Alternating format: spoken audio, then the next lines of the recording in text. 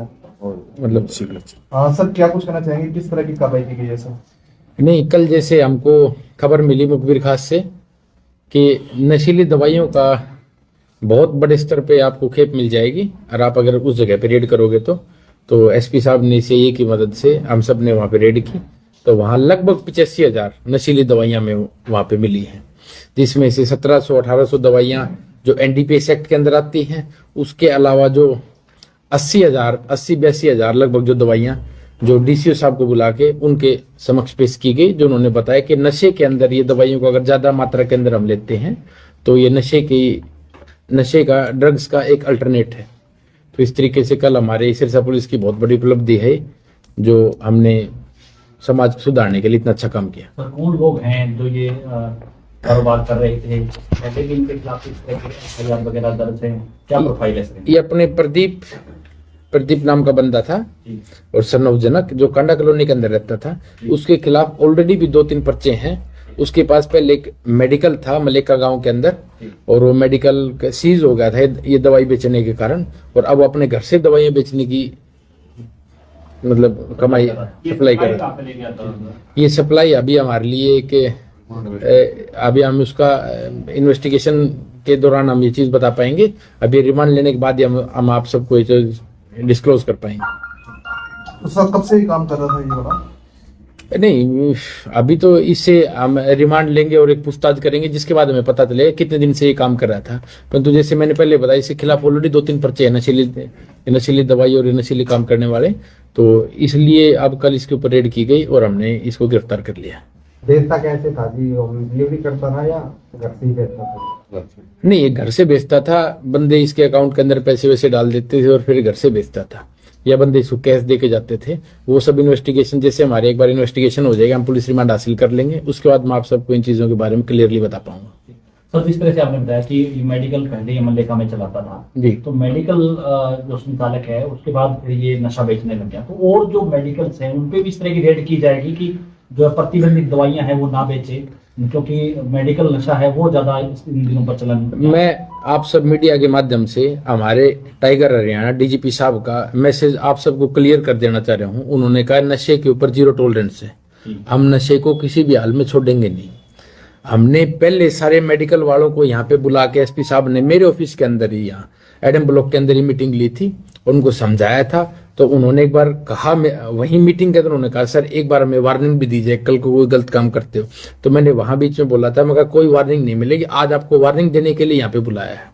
तो अभी मैं सारे जो अपने भाई बंधु जो मेडिकल का काम करते हैं उन सबको मैं अच्छे तरीके से साफ शब्दों में समझा दूं कि आगे से ऐसी चीज को बख्शा नहीं जाएगा और पुलिस इसके प्रति बहुत सख्त है। और आप पुलिस के बारे में जानते हो, पुलिस एक बार जिसके पीछे पड़ जाती है उसको छोड़ती नहीं है। तो अब डीजीपी साहब के सख्त ऑर्डर हैं और एसपी साहब बार-बार टीम गठित करते हैं। हम हर एक गांव का दौरा करने लग रहे हैं और जो बंदे नशा करते हैं हमें उन बंदों का एक बंदे का पता है वो नशा करते हैं। लेकिन आजकल जैसे ये नशा तस्कर बहुत तेज हो गए हैं तो पुलिस को अपनी कार्रवाई और बढ़ानी पड़ेगी। और जैसे हमारी अब प्रायोरिटी बेसिस ये है, 2 चीजों में पुलिस प्रायोरिटी बेस पे काम कर रही है। एक तो नशे को रोकने के लिए, एक सेकंड जो इमिग्रेशन फ्रॉड होता है उसके ऊपर सिरसा पुलिस अब जोर का काम कर रही है। तो ना तो हम इमिग्रेशन फ्रॉड को छोड़ेंगे और ना ही हम नशे वाले को छोड़ेंगे। कोई कितना ही तेज बन ले, पुलिस से तेज कोई भी नहीं है, और हम उनको पकड़ेंगे और उनको सलाखों के पीछे देंगे। जैसे आपने कल ये नशा तस्कर पकड़ा है, ऐसी छोटी मछलियां पहले भी बहुत बार पकड़ी गई हैं, लेकिन बड़े जो मगरमच्छ हैं इनके पीछे जिनके हाथ हैं उन तक पुलिस अभी तक नहीं पहुंची। लेट मी करेक्ट यू, ये कल वाला जो पकड़ा है ये छोटी मछली नहीं है। 85,000 के लगभग दवाइयां मिली उसे, 85,000। तो ये कोई छोटा नहीं है। लेकिन हाँ, जैसे हमने पहले पकड़ा था किसी के पास 100 गोली थी, 200 गोली, उसको आप छोटी मछलियां बोल सकते हो, लेकिन ये छोटी मछली नहीं है। तो ये बड़ा मगरमच्छ कहा जा सकता है बिल्कुल। ये आप एक मेरी बात सुनो, अगर आपको मैं आप सबको फोटो शेयर कर दूंगा, पूरा एक टेबल भरा था दवाइयों का और डीसीओ साहब ने देख के बोला कि ये तो इसको गिनने में ही काफी घंटे लगे हमें। कल दिन से शाम हो गया हमको गिनते गिनते दवाइयां, काफी घंटे लग गए हमको। और उसकी वाइफ जो थी उसने भी हमसे रिक्वेस्ट की कि सर हमको छोड़ दो। बोला नहीं, पहले हमने आपको समझा दिया था लेकिन आप मानने नहीं, तो इसलिए अब आपको इसके कानूनी परिणाम भुगतने पड़ेंगे। अंतर्राष्ट्रीय कीमत कितनी है सर? नहीं, अंतर्राष्ट्रीय कीमत तो ये है, अगर मैं आपको साफ शब्दों में बता दूं इसको, तो अगर एक अगर एक पत्ता मान लीजिए 10 रुपए का लाता है तो अगले की भूख देखकर वो उसको बेचता है। अगर हम उससे कहेंगे कि भाई दे दे तो मान लो 10 का पत्ता 20 में दे देगा, लेकिन अगर हम ज्यादा ही हमारे को लग रही तो 200 में ही देगा। तो उसकी इस तरीके से कीमत का कोई अंदाजा नहीं है, लेकिन वो एक सिचुएशन को देखकर वो बेचता था। उसने हमें ये चीज बताई है कल। यहाँ मेडिकल नशे की बात हो रही है सर। रोडी में 2 महीने के अंदर 5वीं मौत आज हुई है। एक 19 साल के युवा की मौत हुई है। इसको लेकर रोडी पे क्या कार्रवाई करेगी? क्योंकि एडीजीपी साहब की टीम भी गई थी, जागरूकता भी किया था, उसके बाद मौत का सिलसिला थमने का नाम नहीं ले रहा। आपको ये सब समझना पड़ेगा, मैंने पहले भी बताया था ये चीजें, कि जब तक ये एक जन आंदोलन नहीं बनेगा, आप सब लोगों को जागरूक करोगे। किसी का बच्चा आज नशा कर रहा है तो उसको हम बच्चे को नशा छुड़वाएंगे। जब तक ये एक जन आंदोलन नहीं बनेगा, जब तक हमें कामयाबी कम मिलेगी।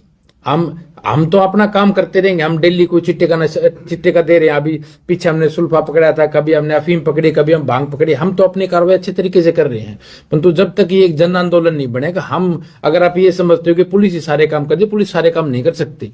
आप सबको लोगों को जागरूक होना पड़ेगा। और जैसे किसी का बच्चा नशा कर रहा है तो उसके पेरेंट्स को बताया जाए, भाई तेरा लड़का नशा कर रहा है, कल को इसके कॉन्सिक्वेंसेस ज्यादा हार्ड होंगे, कल को पुलिस पकड़ के ले जाएगी, इसको अंदर कर दे, या आपके बेटे को डेथ तक हो सकती है। तो हम जब ये चीजें लोगों को समझाएंगे, जब जाके लोग जागरूक होंगे। और हमने बहुत ज्यादा लोगों को समझा लिया है, अब हम समझाएंगे नहीं, अब सिर्फ कानूनी कार्रवाई बची हुई है उनके ऊपर।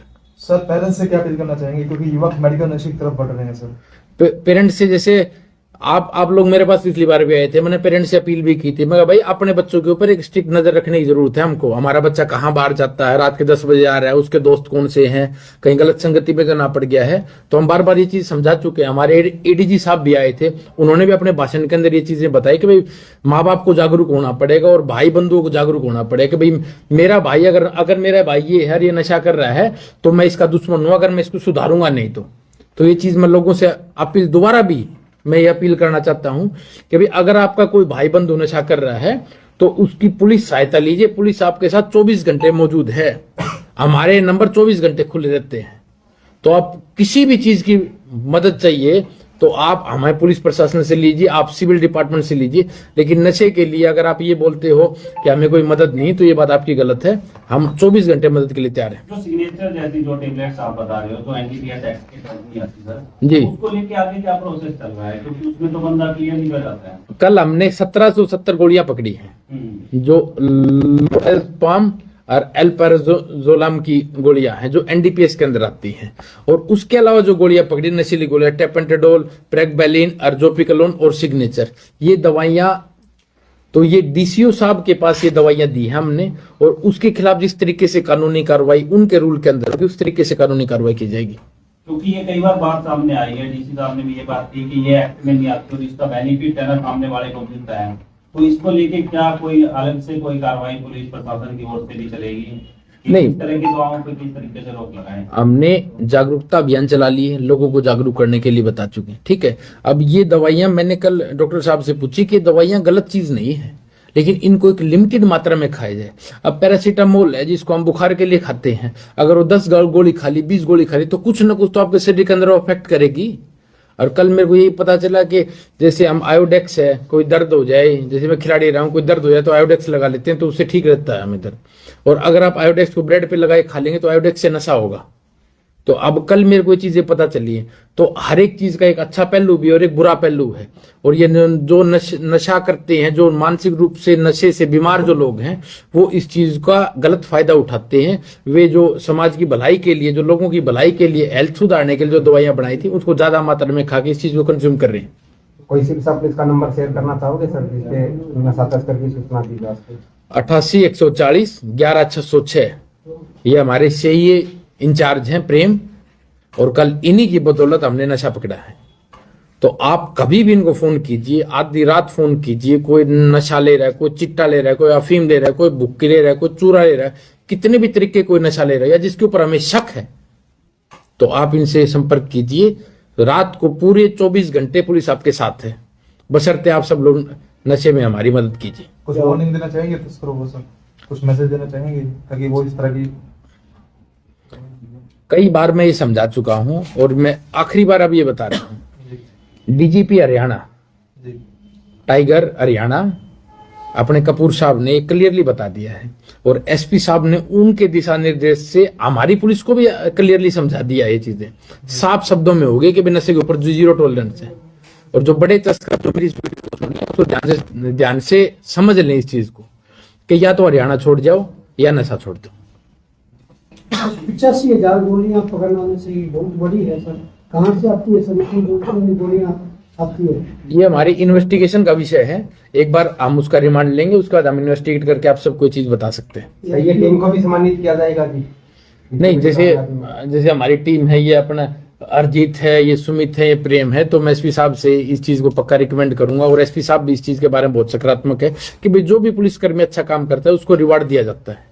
तो अब इन्होंने बहुत अच्छा काम किया है, तो एसपी साहब डीजी साहब को लिखेंगे कि भाई इन सबको रिवार्ड दिया जाए, तो फिर इनको रिवार्ड दिया जाएगा। सरकारी नौकरी चाहिए, चलो ICS। 1 साल की फीस 6,000 रुपए। हमारे रहते आप बेरोजगार क्यों हैं? सरकारी नौकरी की सबसे अच्छी तैयारी, सबसे अच्छे अध्यापक, सबसे कम फीस, हरियाणा का नंबर 1 कोचिंग सेंटर ICS। संजीवनी अस्पताल, बाल एवं शिशु रोग, general surgery, plastic surgery, neuro surgery, नेत्र रोग, फिजियोथेरेपी, स्त्री एवं प्रस्तुति रोग, हृदय एवं शुगर रोग, हड्डी एवं जोड़ रोग, कार्डियोलॉजी, दंत रोग, इमरजेंसी चिकित्सक सुविधाओं में एक भरोसेमंद नाम है। ICU, NICU, cath lab, hair transplant, private कमरे, urology, CT scan, laparoscopy, accident, trauma, heart attack, जले का इलाज, डायलिसिस की सुविधाएं उपलब्ध हैं। सभी मरीजों को खाना फ्री दिया जाता है। आयुष्मान भारत हरियाणा सरकार और रिटायर्ड फौजी भाइयों के इलाज, इंश्योरेंस और TPA पैनल पर सभी सुविधाएं उपलब्ध। पूछताछ मोबाइल नंबर 7027566691।